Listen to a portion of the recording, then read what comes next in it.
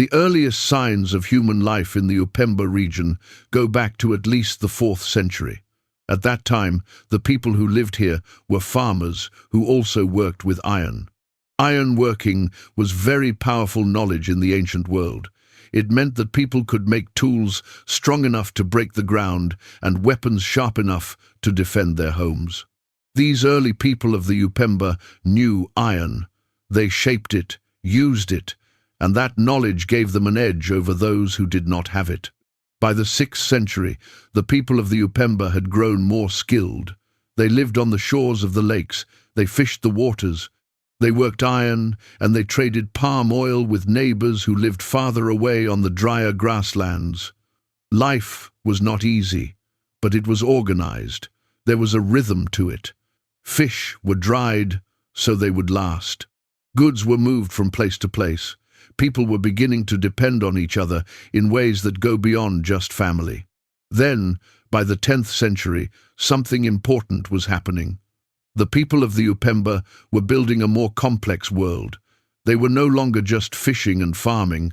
They were combining those things with skilled metal work. They were melting copper and iron and shaping them into useful and beautiful things.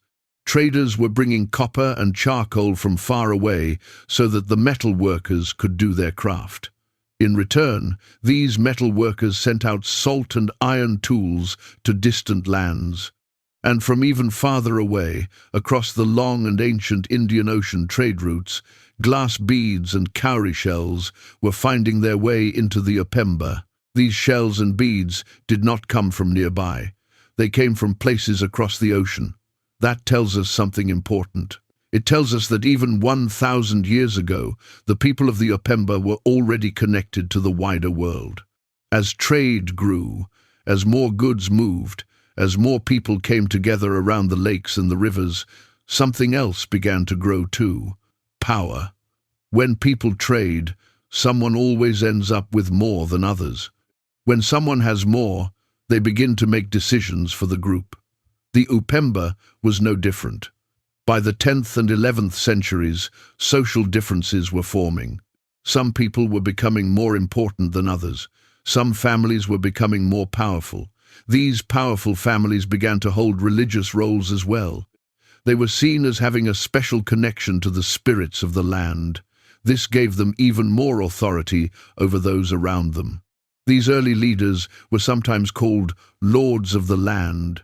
They held sway over multiple villages. They were not just chiefs in the ordinary sense. They were seen as being tied to the ancestors, tied to the earth itself. People respected them not just because they were strong, but because they were believed to carry a kind of spiritual power. This mix of practical power and spiritual authority would become the foundation of the Luba system of rule that came later. By the 14th century, the communities of the Upemba were growing larger. They were pressing against each other. Resources were becoming harder to share. Land that could grow food was not unlimited. Competition was growing. Some communities began to merge. Some stronger groups began to absorb weaker ones. This was not always gentle. It was sometimes forced. But the result was the same. Larger, more organized groups were forming. The age of small, scattered villages was ending. Something bigger was beginning to take shape. This archaeological record, the graves, the metal tools, the copper jewelry, the pottery found in the earth, tells a story that words alone cannot fully capture. Archaeologists have uncovered nearly 300 graves in the Upemba region. 300 graves filled with iron weapons, copper ornaments, ceremonial axes, and tools of everyday life. One grave held a child buried alongside 2.5 kilograms of copper ornaments. That is not poverty. That is wealth. That is a society that valued its people and its craft. That is a society building something. The Kisalian culture, which thrived between the years 750 and 1300, was the bridge between those early ironworkers and the later Luba kings. The Kisalian people traded heavily with the copper belt 200 kilometers to the south. They had professional craftsmen. They had marked social classes. They had ceremonial items that looked very much like the items that Luba rulers would carry centuries later as symbols of their power. The roots of greatness were already growing in the soil of the Upemba. This was not a person waiting to be discovered. This was a people already building their world, pushing towards something great and enduring and entirely their own. Every great empire carries a story of how it began. Some of those stories are written in books, some are written in stone, and some, the most powerful kind, are spoken out loud, passed from father to child, from elder to student, from generation to generation, across hundreds of years. The Luba Empire carried its beginning in a story so old, so deep, so full of meaning, that even today it has not been forgotten. The story begins with a man named Upmba. His name, in the Luba language, means rainbow. But Nkongolo was not peaceful like a rainbow. He was feared and harsh. He ruled over the people of the Upemba through force and cruelty. The oral traditions of the Luba describe him as red-skinned, a detail that sets him apart, that marks him as different, as an outsider to the deep spiritual traditions of the land. Nkongolo was a conquering ruler, a man who took power through strength and held it through fear. He built his capital at a place called Mwibele, near Lake Boya. People came under his control not because they loved him, but because they had no choice. Nkongolo ruled, but he did not know how to rule well. He was missing something. He was missing the sacred quality that the Luba believed a true king must have. A true king was not just powerful. A true king was chosen by the spirit world. A true king carried the sacred fire of heaven in his blood. Nkongolo had power, but he did not have that divine quality. He was what the Luba called a Mukalanga. Then came a man named Mbidi Kilue. He arrived from the east, crossing the great Lomami River. The stories say he was a hunter searching for his lost hunting dog. But in Luba tradition, hunters are never just hunters. They are travelers between worlds. They move through the forest and the grassland. They cross rivers and boundaries. They bring new knowledge and new ways. Mbidi Kilue was that kind of hunter. He was different from Nkongolo in every way. Where Nkongolo was loud and brutal, Mbidi was refined and dignified. He ate alone, in private, because a sacred man does not show weakness in front of others. He carried himself like someone touched by a higher power. Nkongolo welcomed Mbidi and gave him his 2 sisters as wives. From those unions, a child was born. His name was Kalala Ilunga. His name means Ilunga the warrior. From the very beginning, there was something special about this child. He was black-skinned, like his father. He was sharp. He was fast. He was gifted in ways that made people notice him. He won competitions. He was helped, the stories say, by a spirit protector named Mijibu Kalenga. Wherever Kalala went, success seemed to follow. But Nkongolo grew jealous. The people loved Kalala in a way they had never loved Nkongolo. So, Nkongolo set a trap to kill his own nephew. But Kalala discovered the trap and fled east, across the Congo River, to find his father, Mbidi Kilue. What happened next would change the Upemba forever. Kalala returned. He came back, not alone, but at the head of an army his father had given him. He came back with the force and the spiritual authority of his father's lineage behind him. The battle between Kalala and Nkongolo was not just a fight between 2 men. It was a clash between 2 kinds of power. The cruel rule of a man who took authority by force, and the righteous rule of a man who carried the sacred flame of true kingship in his blood. Kalala's forces won. Nkongolo was captured. He was executed. His head was buried in a sacred basket, and the basket was taken far away. In the place where it was buried, an anthill grew. The Luba people took this as a sign that even in death, the old king had been claimed by the earth and transformed into something sacred. This was the birth of the first Kitenta, a sacred royal village, a shrine to the memory of those who had ruled. Kalala Ilunga took the throne. He took the title Mwain Munza, meaning Lord of Munza. He built a strong court. He gathered tribute from all of the surrounding lands. He ruled not by terror alone, but through a combination of military power and spiritual authority. Under his rule, the Luba began to take a new shape. It was no longer just a collection of villages or a territory controlled by a brutal strongman. It was becoming something more organized, something more lasting. This founding story is more than a myth. It is a political charter. It tells the Luba people who they are, where they come from, and what kind of rule is right and what kind is wrong. The story says clearly that a king who rules by fear alone is not a true king. A true king carries the sacred blood, the divine right, the spiritual connection that makes his authority more than just physical force. The Luba believed that good governance was connected to something larger than any individual man. It was connected to the ancestors, to the spirit world, to the deep moral order of the universe. The kings who followed Kalala built on this foundation. Each king became a sacred figure. When a Luba king died, he became part of the spiritual world. The village where he had ruled became a shrine, a place of memory and worship. The line of Luba kings grew long, but the foundation Kalala Ilunga laid was clear. The Luba would be ruled not by fear alone, but by the sacred authority of kings tied to the divine order. That was the promise. That was the beginning. And from that beginning, built on sacred fire and the memory of the ancestors, something extraordinary would rise. An empire is not just an army. A real empire, one that lasts for generations, has to be built from the inside. It has to have systems, ideas, and ways of holding people together, even when the center is far away. The Luba Empire understood this. The way it governed itself was one of the most remarkable things about it. The Luba system of government was so well designed that neighboring kingdoms copied it. It spread like a fire across Central Africa, shaping the politics of the entire region for centuries. At the top of the Luba system was the Mulopwe. This word does not simply mean king, it means sacred king.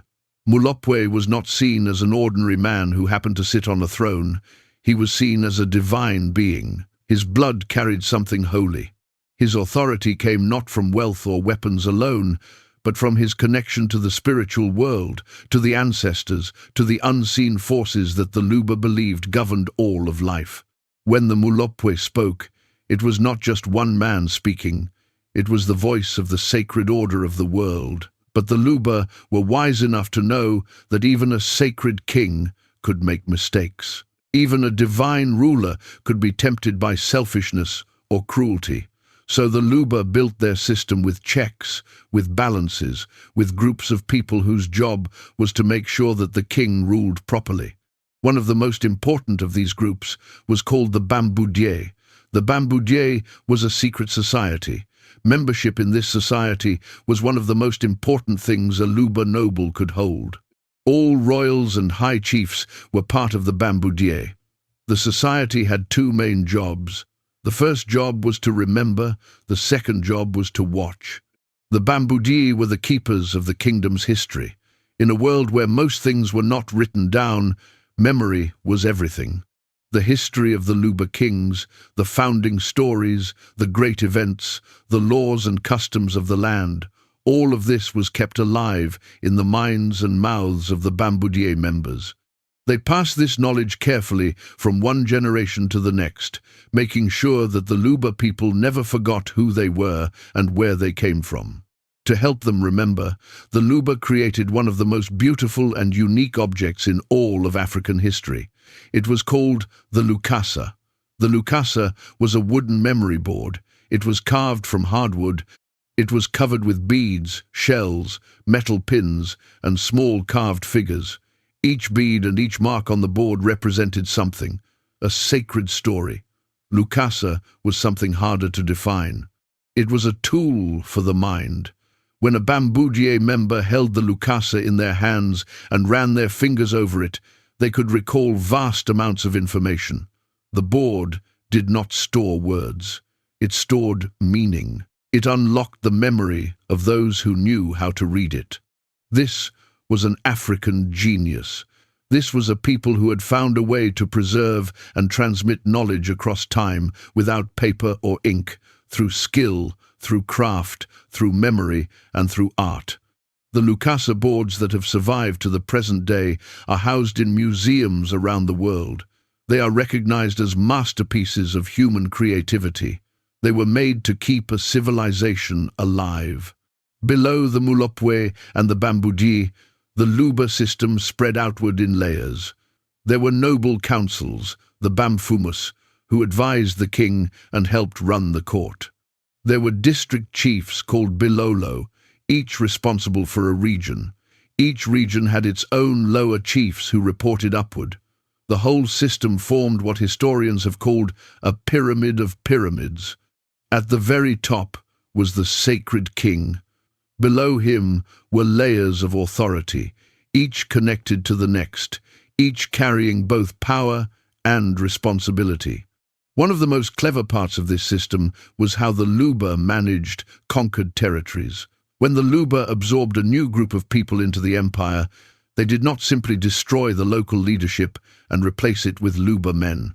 Instead, they confirmed local chiefs in their positions, but made them part of the Luba system. Local leaders became linked to the Luba king through ties of loyalty, tribute, and ritual. They were brought inside the network. This made the empire feel less like an occupation and more like an extended family. People could keep their local identities while still being part of the Luba world. The economy of the Luba Empire was built on tribute and trade. Every district sent goods to the king. These goods included agricultural products, game animals, fish, and labor. But the most important goods were minerals. The Luba sat on top of some of the richest mineral land in all of Central Africa. They controlled copper, iron, and salt. These were not just raw materials, they were powerful currencies. Copper cross-shaped ingots were used as money. Salt was traded across enormous distances because everyone needed it and not everyone could get it. Iron tools were essential for farming and for war. The Luba traders carried these goods along river routes and overland paths that stretched from the Congo forests in the north to the Copperbelt in the south, from the Atlantic coast in the west to the Indian Ocean coast in the east. The Luba were not isolated. They were connected. Their trade networks made them rich and made them known across the region. Long before any European explorer had entered the Congo basin, long before any outsider had mapped those rivers, the Luba were already part of a vast and living web of commerce and culture. There comes a moment in the life of every great power when strength becomes glory, when the walls of the kingdom stretch so far that the eye cannot see their edges. When the name of the king is spoken in courts and villages, 100 days of walking away. For the Luba Empire, that moment came in the 18th and 19th centuries. These were the years of the empire's greatest growth. These were the years when Luba power reached its peak and the whole of Central Africa felt its weight. The expansion of the Luba Empire did not happen all at once. It grew the way a great tree grows, slowly, deeply, year after year, ring by ring. In the early decades of the 18th century, the kings of Luba began pushing their borders outward. King Ndai Mwine Nkombe and King Kadilo, who ruled around the years 1690 to 1750, were the ones who set the stage. They moved their royal courts often, following the richest tribute sources, bringing more and more groups of people under Luba authority. They did not always fight great or costly battles. Sometimes the Luba absorbed neighboring peoples simply by making them better off inside the empire than outside it. But the king who truly transformed the Luba from a powerful kingdom into a mighty empire was King Ilunga Sungu. He came to power around the year 1780. His name would be remembered for generations. Under Ilunga Sungu, the Luba reached their greatest size. He extended the borders of the empire east toward the shores of Lake Tanganyika, one of the largest and deepest freshwater lakes in the world. He pushed the Luba influence north into the territories of the Songye people. He attempted invasions to the west as well, though those were less successful. What he built was not just a larger territory. He built a new kind of Luba state, one with stronger central control, one with a clearer system for managing the outlying areas. Ilunga Sungu's most important tool of expansion was a system known as fire kingdoms. When the Luba king sent out a son or a trusted noble to rule a new territory, he gave them a gift that was unlike any other. He gave them fire. Specifically, he gave them the sacred embers, the ashes of a Luba royal fire. In the Luba world, fire was not just warmth, it was a symbol of sacred kingship. To carry the royal fire was to carry a piece of the Mulopwe himself. It was to be linked, in the most direct and spiritual way, to the divine authority of the Luba throne. These fire kingdoms were called Balopwe wa Mudilo. The rulers of these territories were not simply local chiefs or military governors. They were sacred figures in their own right, connected to the Luba king through the spiritual power of the fire. They collected tribute and kept the order. They spread Luba culture and Luba law into the farthest corners of the empire. But the fire kingdoms had a limit. When the king who had been given the fire died with him. A new king had to go back to the Luba throne to receive new fire. This kept the outlying territories dependent on the center. It was a political system built into the very soul of Luba religion. 3 of the most important fire kingdoms were established under Ilunga Sungu and his successors. One was the fire kingdom of Kiombo Mkubwa, established between the Lukuga and Luvua rivers in the lands of the Hemba and Tumbwe peoples. Another was the fire kingdom of Buki, which spread across both sides of the Congo River in the northern parts of the empire, among the Songye chiefdoms. The third was the chiefdom of Katondo, established near Lake Mweru after a war with the neighboring Kazembe kingdom. Each of these fire kingdoms extended the reach of the Luba Empire without the Luba king needing to be present in every corner of his territory. At its height, the Luba Empire controlled a population of about 1 million people, paying tribute to the king. That is not a small number for the Congo Basin in the 18th century. That is a civilization. 1 million people, connected by roads of trade, bound by systems of law, united by a shared understanding of sacred kingship, remembering their common history through the keeper societies and the carved Lukasa boards. This was not primitive, this was sophisticated. This was advanced governance on a scale that much of the world at that time had not yet achieved. The culture of the empire was equally impressive. The Luba were not just warriors and traders, they were artists of the highest order. In Luba society, carving was a respected and honored craft. A master carver carried an adze over his shoulder as a badge of his rank and skill. Luba carvers produced headrests, staff, thrones, masks, and carved figures that expressed the deepest beliefs of their people and the spirit world they lived within. Women were central to Luba religious and spiritual life, and this was reflected everywhere in the art. Female figures appeared on headrests, on staffs, on royal seats. They represented the Mwadi, the female spirit that carried the souls of the ancestral kings. A dead king's spirit was believed to live in a woman's body, and so women became sacred containers of royal memory. Luba poetry also lived alongside this visual art. The Kasala was a form of oral poetry, chanted by both men and women on important occasions. Battles, funerals, royal ceremonies, all of these were marked by the Kasala. The poems mixed history with mythology, fact with legend, turning the real events of the Luba world into something that felt eternal. The Kasala was not just entertainment, it was a memory. It was an identity. It was a living monument to civilization, spoken in the open air, echoing across the hills and rivers of the Upemba. Every great empire carries within itself the seeds of its own ending. The Luba Empire was no different. The same forces that had made it powerful, its trade connections, its vast networks of tribute, its reach across Central Africa, would eventually become the sources of its destruction. The collapse of the Luba Empire was not a simple story of defeat in battle. It was a long and painful unraveling, pulled apart by internal weakness, by the pressure of new and dangerous outside forces, and by the ruthless power of long-distance trade in the worst of human goods.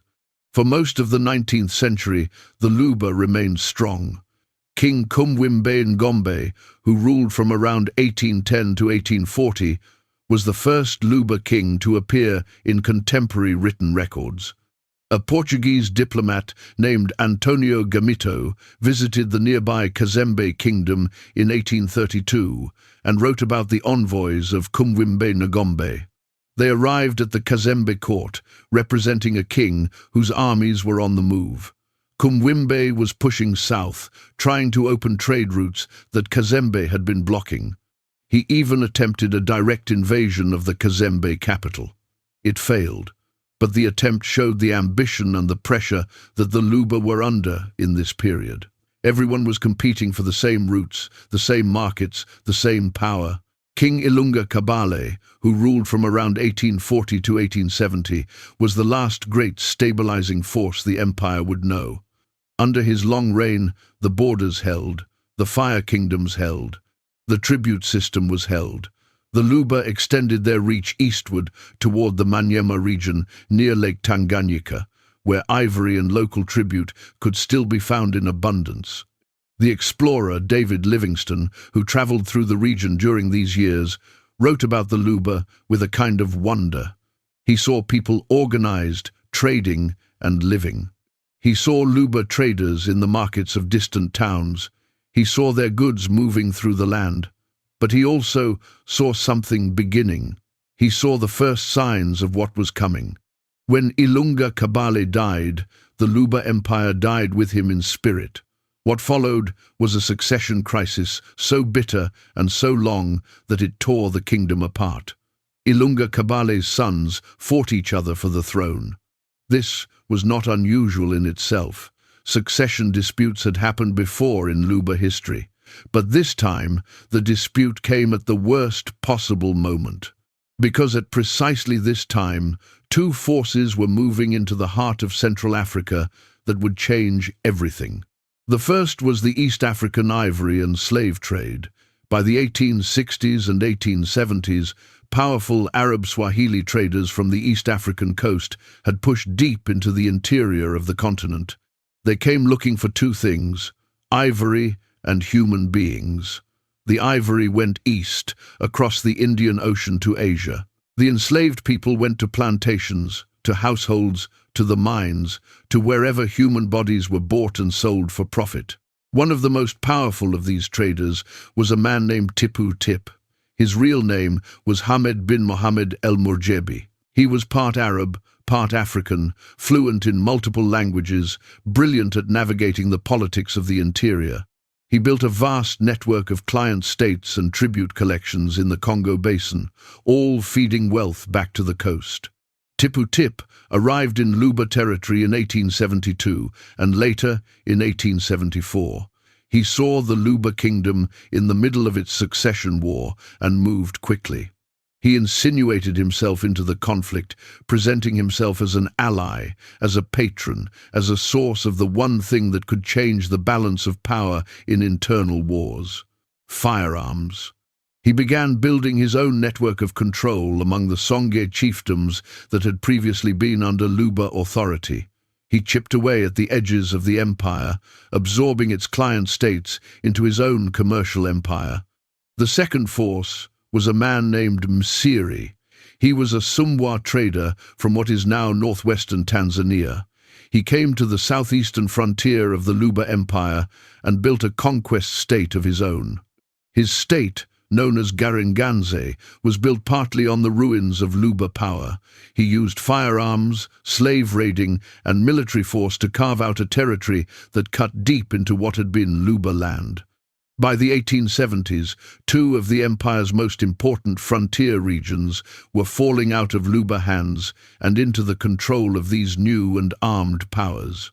Inside the Luba heartland, the competing princes were making desperate deals. Kasongo Kalombo, who emerged as the strongest claimant to the throne and ruled from around 1870 to 1886, allied himself with the East African ivory trader Juma Merikani.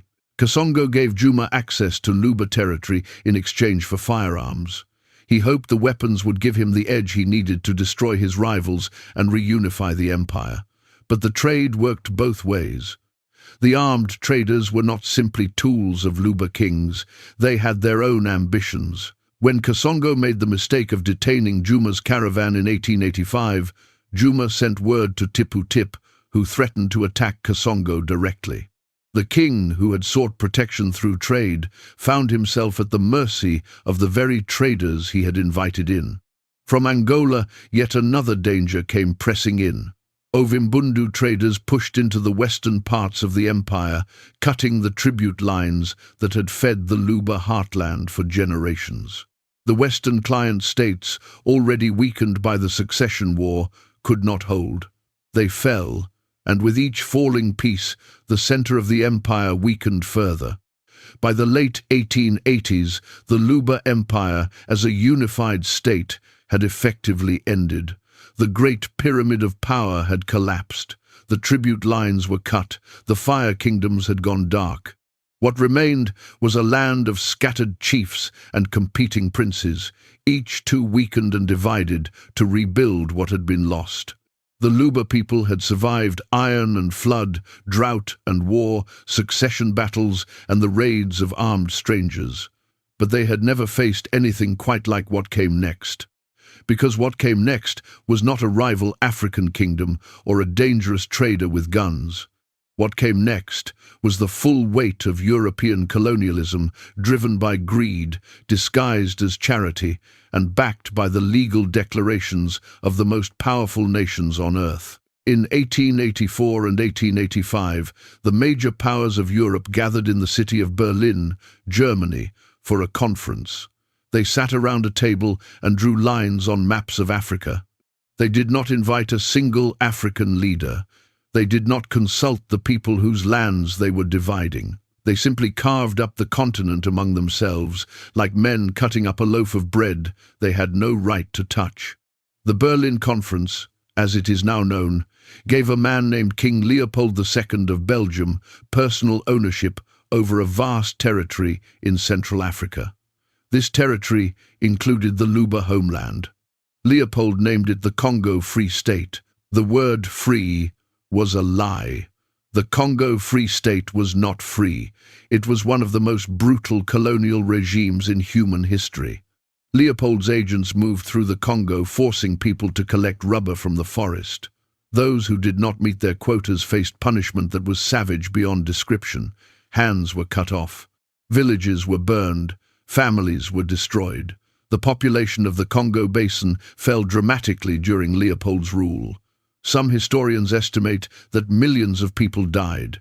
It was not war in any traditional sense. It was systematic destruction carried out in the name of civilization and profit. For the Luba, the arrival of Belgian colonial forces in their region in 1893 came as the empire was already broken.